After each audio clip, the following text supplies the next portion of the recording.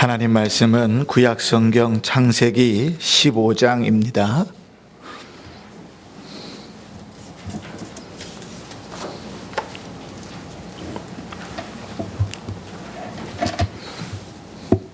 창세기 15장 6절부터 21절까지 제가 가진 성경으로는 구약 성경 17쪽입니다. 창세기 15장 6절부터 제가 봉독합니다. 아브라함이 여호와를 믿으니 여호와께서 이를 그의 의로 여기시고 또 그에게 이르시되 나는 이 땅을 내게 주어 소유를 삼게 하려고 너를 갈대아인의 우르에서 이끌어낸 여호와니라. 그가 이르되 주 여호와여 내가 이 땅을 소유로 받을 것을 무엇으로 알리이까? 여호와께서 그에게 이르시되 나를 위하여 3년 된 암소와 3년 된 암염소와 3년 된 순양과 산비둘기와 집비둘기 새끼를 가져올지니라. 아브라함이 그 모든 것을 가져다가 그 중간을 쪼개고 그 쪼갠 것을 마주 대하여 놓고 그 새는 쪼개지 아니하였으며 솔개가 그 사체 위에 내릴 때에는 아브라함이 쫓았더라. 해질 때에 아브라함에게 깊은 잠이 임하고 큰 흑암과 두려움이 그에게 임하였더니 여호와께서 아브라함에게 이르시되 너는 반드시 알라. 내 자손이 이방에서 객이 되어 그들을 섬기겠고 그들은 400년 동안 내 자손을 괴롭히리니 그들이 섬기는 나라를 내가 징벌할지며 그 후에 내 자손이 큰 재물을 이끌고 나오리라. 너는 장수하다가 평안히 조상에게로 돌아가 장사될 것이요 내 자손은 4대 만에 이 땅으로 돌아오리니 이는 아모리 족속의 죄악이 아직 가득하지 아니함이니라 하시더라. 해가 져서 어두울 때에 연기 나는 화로가 보이며 타는 횃불이 쪼갠 고기 사이로 지나더라. 그날에 여호와께서 아브라함과 더불어 언약을 세워 이르시되 내가 이 땅을 애굽 강에서부터 그 큰 강 유브라데까지 내 자손에게 주노니 곧 겐 족속과 그니스 족속과 간몬 족속과 헷 족속과 브리스 족속과 르바 족속과 아모리 족속과 가나안 족속과 기르가스 족속과 여부스 족속의 땅이니라 하셨더라. 아멘. 한 주간도 평안하셨지요? 저 뒤에 소리가 잘 들리시나요? 네. 기독교가 다른 종교와 다른 것은 기독교는 타력 종교이기 때문에 그렇습니다. 이 땅에 존재하는 모든 종교들은 다 자력 종교입니다. 다른 말로 하면 내가 열심히 고행을 하고 내가 열심히 힘쓰고 내가 열심히 노력하고 내가 착하게 살아가고 내가 덕을 많이 쌓고 이러한 이 땅에서의 나의 삶을 통하여 구원을 얻는다. 그래서 스스로 구원 얻을 동력을 내는 종교가 이 땅의 종교라면 기독교는 그와 정반대로 타력 종교입니다. 우리는 죄인이고 우리 능력으로는 하나님 앞에 나아갈 수 없고 우리는 더럽고 오직 하나님께서 우리를 구원해 주지 않으시면 소망이 없다. 이게 기독교입니다. 그래서 기독교의 핵심 내용이 뭔가? 우리가 너무 잘 아는 대로 오직 의인은 믿음으로 말미암아 산다. 믿음으로 구원을 얻는다. 이것이 기독교의 가장 중요한 핵심입니다. 그러니 이게 믿음을 빼버리면 사실은 우리의 신앙은 성립하지 않습니다. 오늘 성경에 그렇게 중요한 믿음이라는 것이 처음 등장합니다. 6절을 한번 같이 읽어보실까요? 자, 6절을 큰 소리로 함께 읽겠습니다. 시작. 아브라함이 여호와를 믿으니 여호와께서 이를 그의 의로 여기시고. 아브라함이 여호와를 믿으니, 그지? 하나님께서 그것을 그의 의로 여기셨다. 우리가 잘 아는 말씀과 좀 반대로 돼 있죠. 의인은 믿음으로 산다. 믿으니 의롭게 여기셨다. 같은 말입니다. 자, 성경에서 그렇게 중요한 믿음이라는 단어가 오늘 6장에서 처음 등장합니다. 우리가 15장까지 성경을 읽었잖아요. 그죠? 15장까지 성경을 읽어왔는데 그렇게 중요한 말이 이제서야 등장하는가? 드디어 아브라함이 믿음의 조상이니까 이제 아브라함에게 믿음이 생겼는가? 그렇지는 않습니다. 그죠? 하나님께서 아브라함을 갈대아 우르에서 부르셨잖아요. 그죠? 갈대아 우르에서 부르실 때 아브라함은 믿음으로 그 부름에 반응했습니다. 물론 그 믿음이 너무 어린 믿음이어서 어떻게 해야 될지를 몰랐어요. 그래가지고 아버지한테 가져가서 물었습니다. 아버지, 하나님께서 나에게 나타나셔서 이렇게 말씀하시는데 어떡할까요? 아버지께서 그를 이렇게 인도해 가셨습니다. 그죠? 갈대아 우르에서 그렇게 출발했습니다. 그래서 부모의 신앙이 중요한 건 거기에 있죠. 자, 그런데 갈대아 우르에서 가다가 하라는 쯤 머물렀는데 거기가 너무 좋은 거예요. 그러니까 아브라함의 아버지 데라는 더 이상 움직일 생각이 없습니다. 여기다가 집을 짓고 여기서 살자. 그렇게 살았습니다. 하나님께서 다시 아브라함에게 하란에서 또 나타나셨죠. 그래서 내가 너에게 지시할 땅으로 가라 이렇게 말씀하시지요. 그런데요, 이렇게 자기 힘도 아니고 아버지에게 의지해서 출발했던 그 걸음부터 하란에서 나타나서 하나님의 말씀에 네 그리고 출발했던 그 걸음까지 하나님은 뭐라고 표현하시냐면 믿음이라고 표현하십니다. 히브리서 11장 8절을 제가 읽어볼게요. 믿음으로 아브라함은 부르심을 받았을 때에 순종하여 장래의 유업으로 받을 땅에 나아갈새 갈 바를 알지 못하고 나아갔으며. 그러니까 아브라함은요, 이제 15장에 와서야 비로소 그에게 믿음이 생겼던 게 아니라 믿음으로 하나님의 말씀에 순종해서 움직여가고 있었어요. 우리가 계속해서 창세기를 12장, 13장, 14장 살펴보면서 나왔던 내용입니다. 그렇죠? 하나님께서 우리의 믿음을 그렇게 이끌어 가시고 세워 가시는 거예요. 어린 믿음에서부터 우리의 믿음을 자라나게 하십니다. 그렇죠? 그 믿음을 자라나게 하시려고 때로는 응답도 빨리빨리 주시기도 하세요. 하나님 도와주십시오. 그래 여기 있다. 바로바로 도와주시기도 하죠. 어린아이의 신앙 때는 많이 그렇잖아요. 어린아이들한테 이렇게 기다리면서 알 때까지 깨달을 때까지 기다렸다가 일을 하진 않잖아요. 그죠? 그러나 어른이 되면 우리 권사님들 수준 정도 되면 그죠? 대충 말 한마디만 해도 한 4개, 5개는 다 알아듣지요. 그죠? 그러니까 어른이 되면 다 그 정도 생각을 한다고요. 그러니까 하나님도 역시 똑같지요. 신앙이 성장하면, 믿음이 성장하면 그 다음부터는 하나님께서 오히려 말씀으로 인도하시고 역사해 가시죠. 아브라함을 그렇게 이끌어 오셨습니다. 그런데 오늘 처음 하나님께서 아브라함이 믿으니 그것을 의로 여기셨다고 성경에 처음 믿음이라는 단어를 쓰시는 겁니다.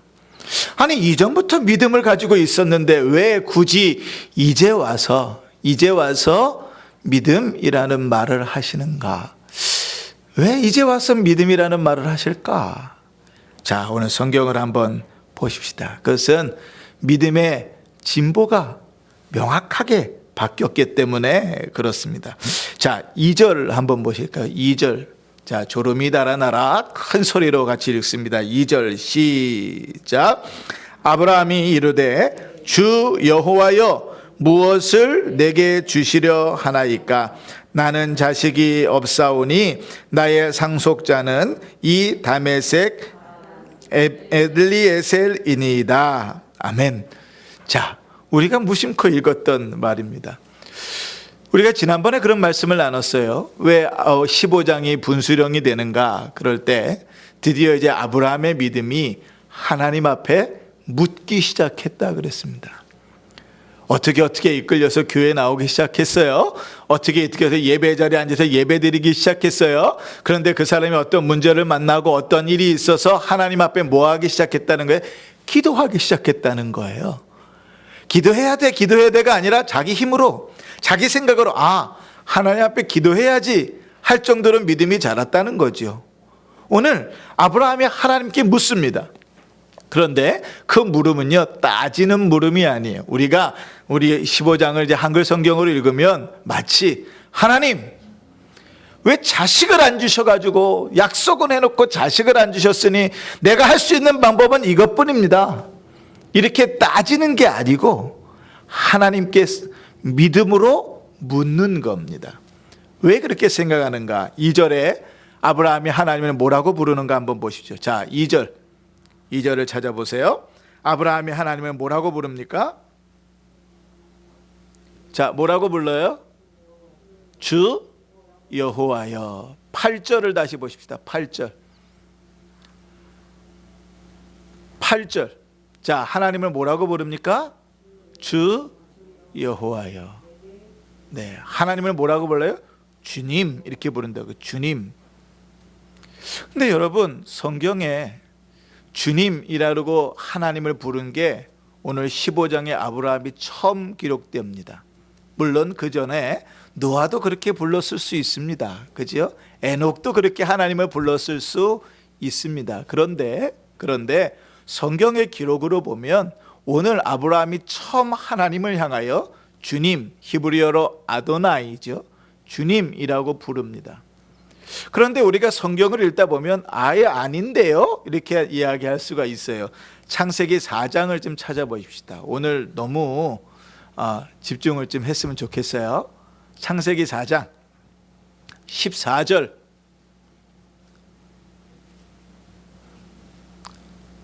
창세기 4장 14절.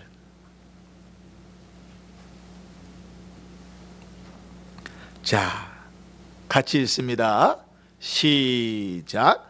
주께서 오늘 이 지면에서 나를 쫓아내시온즉 내가 주의 낯을 배웁지 못하리니 내가 땅에서 피하며 유리하는 자가 될지라.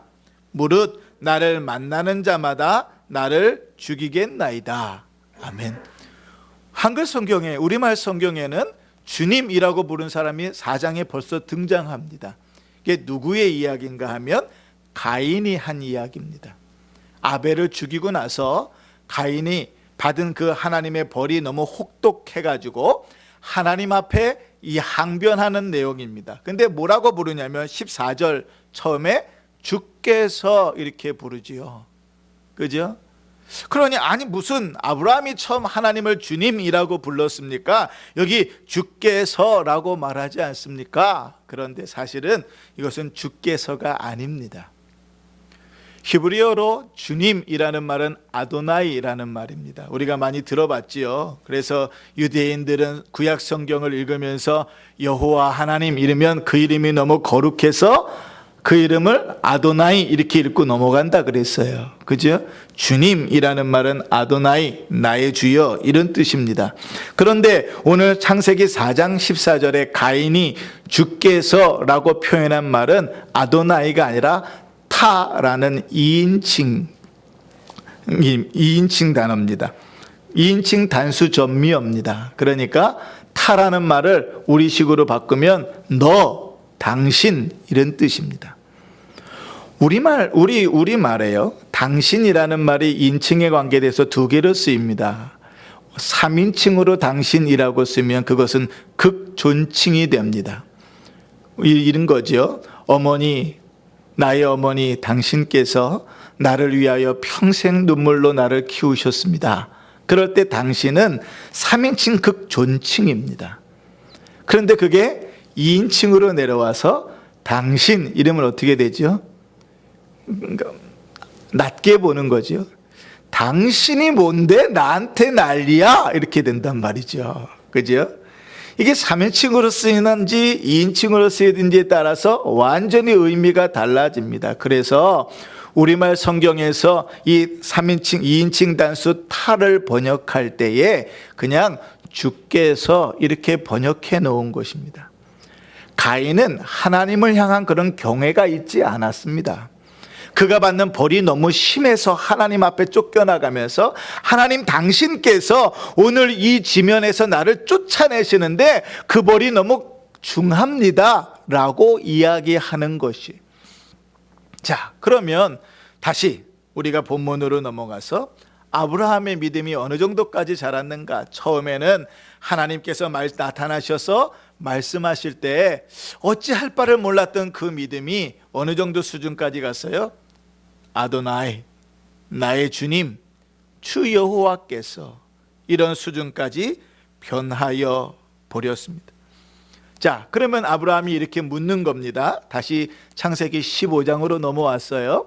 주여, 나의 주님, 당신께서 나에게 땅을 주신다고 그랬는데, 아니, 당신에게 나에게 민족을 이루겠다 하시고 내 자손을 티끌처럼 많게 하시겠다 그랬는데, 하나님 나에게 자식이 없으니 그 일이 어떻게 이루어지겠습니까?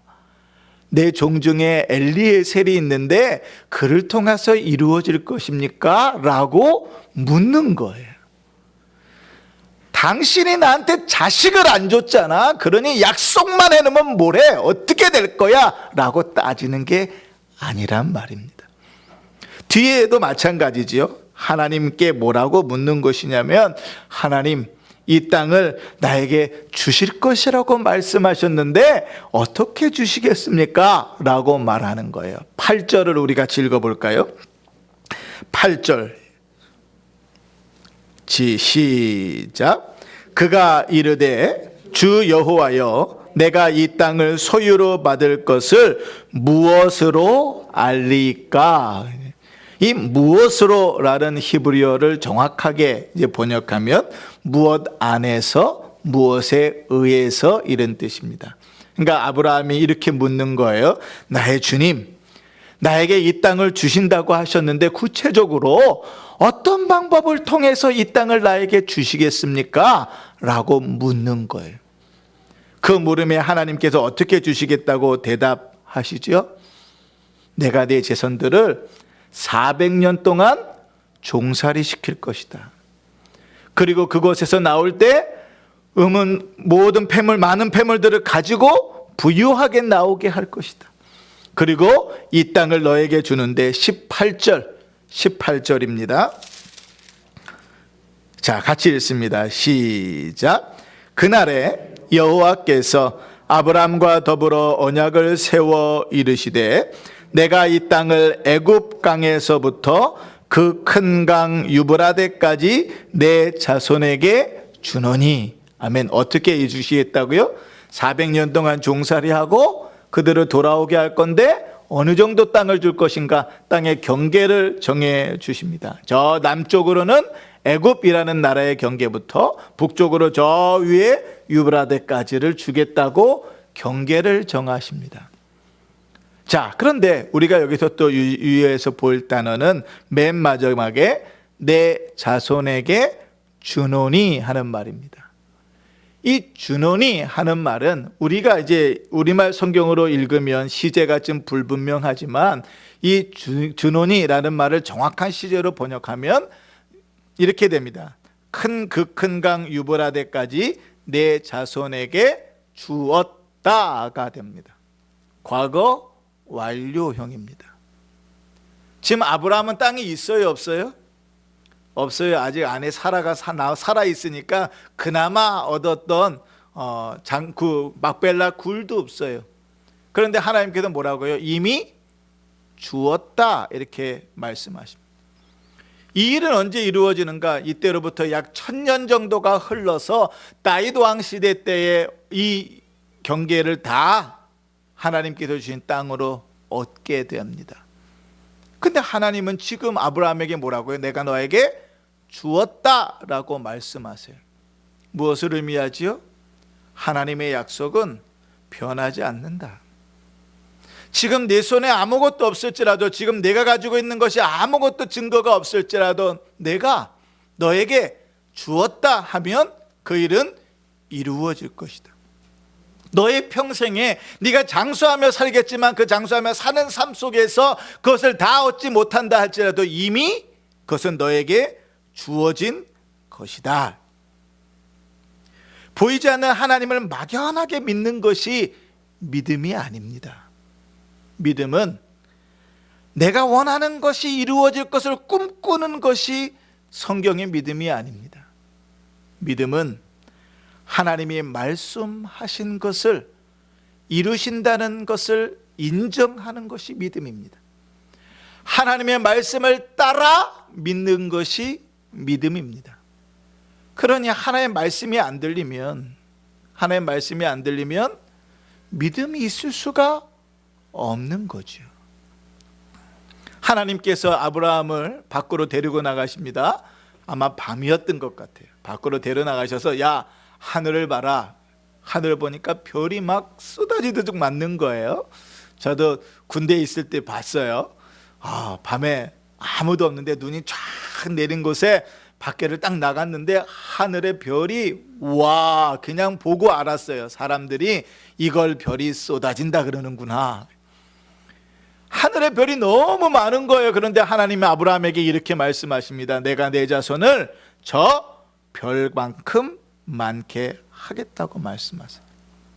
처음에 어떻게 되겠다 그랬어요? 내 자손으로 민족을 이루겠다 그러셨어요. 그 다음에 어떻게 하겠다고요? 티끌같이 많게 하겠다고 그랬어요. 그 다음에 또 어떻게 해요?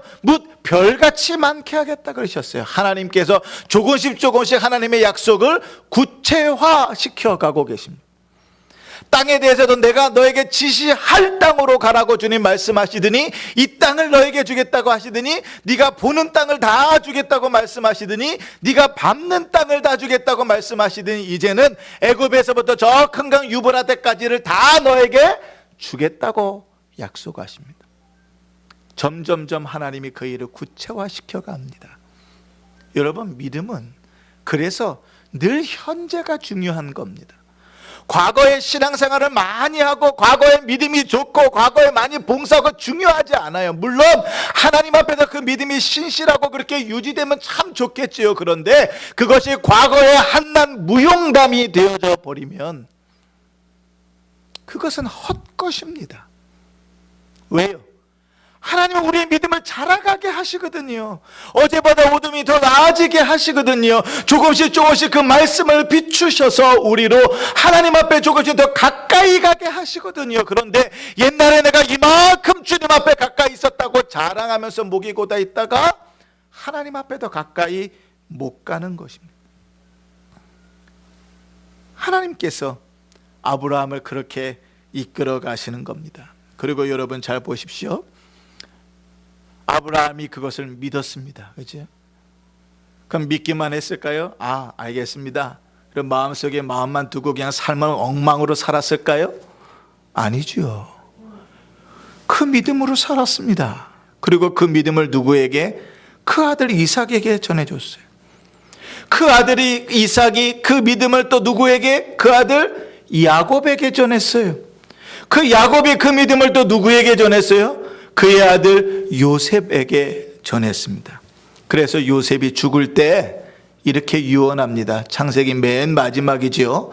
50장 25절에 요셉이 또 이스라엘 자손에게 맹세시켜 이르기를 하나님이 반드시 당신들을 돌보시리니 당신들은 여기서 내 해골을 메고 올라가겠다고 하라 하였더라.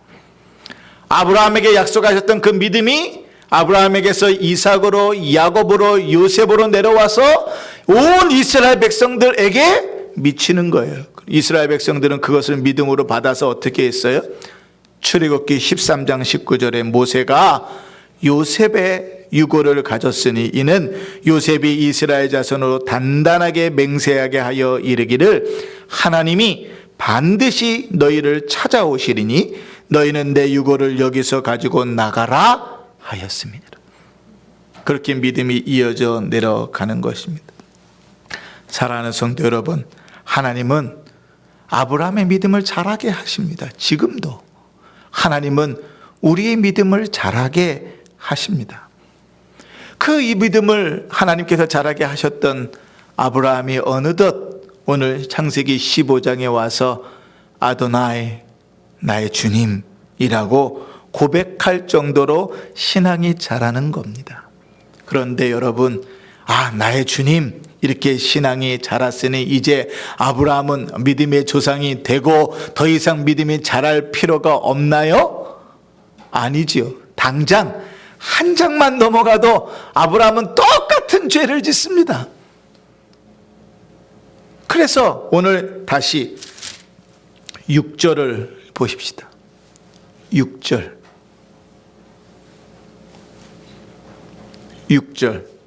시작. 아브라함이 여호와를 믿으니 여호와께서 이를 그의 의로 여기시고, 여기서 우리가 좀 주목해 봐야 될 것은 그의 의로 여기셨다라는 말입니다. 아브라함이 믿으니 그것이 그를 의롭게 했다가 아니라 아브라함이 그를 믿으니 의롭게 여겨주셨다. 여전히 아브라함은 죄인이고 여전히 연약하지요. 근데 하나님께서 의롭다고 인정해 주시는 거죠. 그걸 뭐라 그래요? 칭의. 우리가 좀 어려운 말로 칭이라 그랬습니다. 그런데 여러분, 하나님은 그렇게 우리의 믿음을 이끌어 가시고 자라게 하신다는 사실을 꼭 기억해야 됩니다. 제가 좀 지나치게 여러분에게 강조하잖아요. 특히 예배 시간에 조시거나 예배 시간에 딴짓 하시거나 또 예배를 안 드리시거나 할 때 지나치게 말씀이 들려야 됩니다. 강조하는 이유는 말씀이 아니고 믿음이 자라지 않기 때문에 그렇습니다. 로마서 10장 17절에 이렇게 말씀하십니다. 그러므로 믿음은 들음에서 나며 들음은 그리스도의 말씀으로 말미암느니라. 아멘. 하나님의 말씀이 들려지지 않으면 믿음이 생길 방법이 없습니다. 그런데 그 믿음을 아브라함에게서 우리가 보잖아요. 믿음이 이만큼 자랐다고 끝 납니까? 아니요. 평생 자라게 하신다고요. 아브라함을 갈대아 우리에서 불러내실 때 그 어렸던 믿음이 이제 나의 주님이라고 고백하는 수준까지 자라게 하셨고, 이제 그 다음에 하나님께서 그 아들을, 독생자를 죽여서라도 다시 살려서 그 말씀을 이루실 거는 믿음까지 나가게 하신다고요. 그러면 지금 우리는 어디에 있을까요? 저 끝에 있을까요? 중간에 있을까요? 그렇죠. 우리 여기서 연세가 제일 많으신 우리 원로 목사님 최영기 권사님도 끝이 아닙니다. 믿음이 끝이 아니라 주님께서 그 믿음을 지금 자라나게 하고 계시고 그 믿음이 자라가고 있는 거예요. 그러니 믿음을 향하여 주님 앞에 나아가야 되고 그 믿음으로 서기 위하여 기도하고 주의 말씀 가운데 더 가까이 나아가야 되겠죠. 말씀을 정리합니다. 사랑하는 성도 여러분, 그러므로 하나님의 말씀을 듣는 성도가 돼야 됩니다.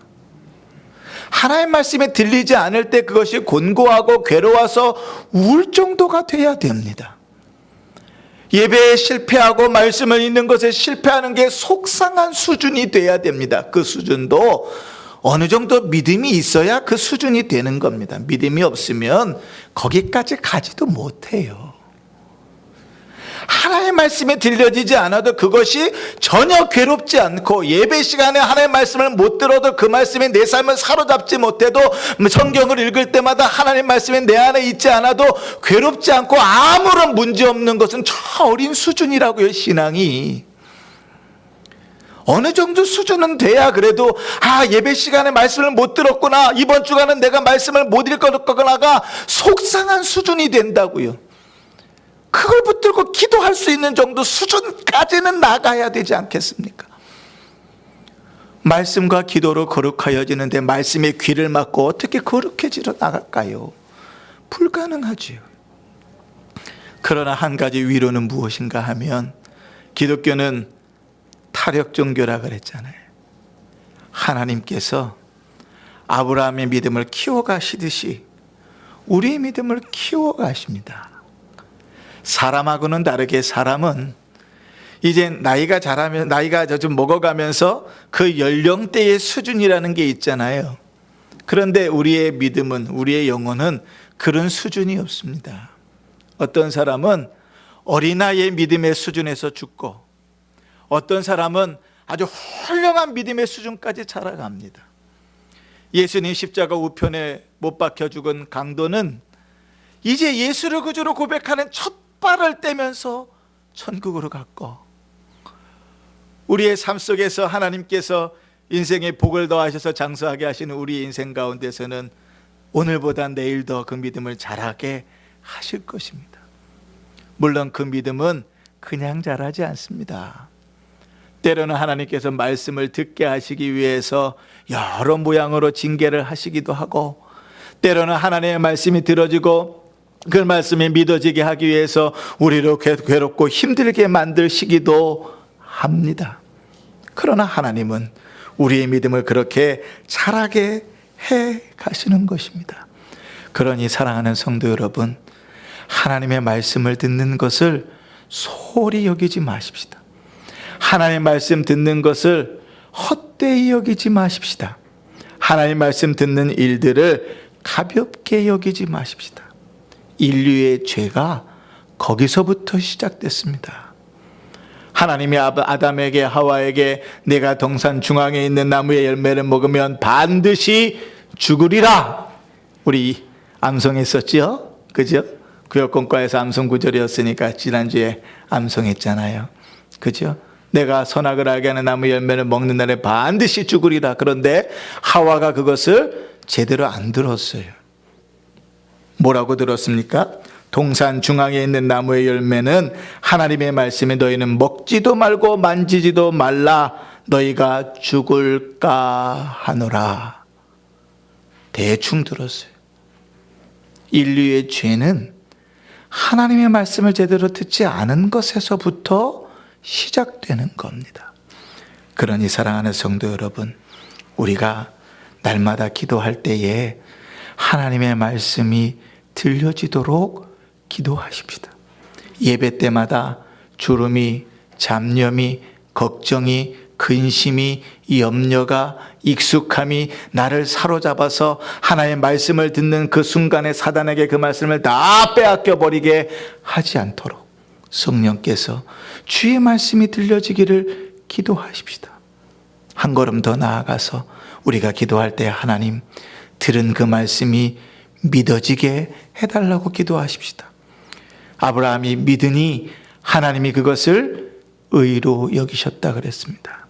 논리적으로, 상식적으로 받아들일 수 없는 일인데 하나님께서 아브라함의 믿음을 그렇게 키워오셨습니다. 그리고 하나님의 말씀을 펴서 읽고 하나님의 음성을 듣는데 그것을 아멘으로 받게 하십니다. 그리고 한 걸음 더 나아가서 하나님, 나의 주님, 도대체 내 상식으로는 불가능한데 어떻게 이 일을 이루실 겁니까? 묻고 기대하게 만드는 것입니다. 우리의 믿음이 그렇게 자라났으면 좋겠습니다. 우리 이 은평중앙교회에서 성경적 신앙이라는 모토를 가지고 30년을 살아왔고, 이제 앞으로 30여 년을 더 걸어갈 그 걸음 속에서 신앙생활하는 우리 성도님들, 우리 삶 속에 하나님의 말씀이 들려지고, 들려지는 그 말씀이 믿어지고 그 믿음을 따라 살아가는 복된 성도들 되시기를 주의 이름으로 축원합니다. 아멘.